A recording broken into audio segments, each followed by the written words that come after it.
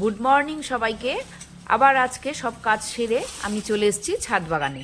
দেখো ছাদের এই যে আমার হলুদ গাছগুলো এই দিকে হয়ে আছে, যে এইগুলো সব শুকিয়ে গেছে।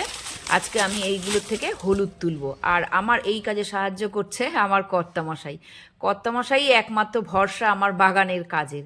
এই দেখো সব গাছগুলো তুলে, এবং এর নিচে নিচে দেখো হলুদগুলো, এই দেখো বেশ অনেকই হলুদ হয়েছে।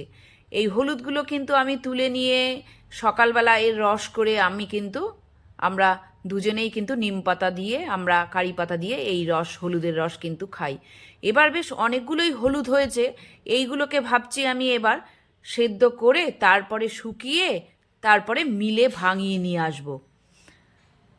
এই হলুদ দিয়েই কিন্তু আমার অনেক দিন চলে যাবে। দেখো আমার বাগানের হলুদ কত বড় বড়, সত্যি কিন্তু মনটা আনন্দে ভরে যায়।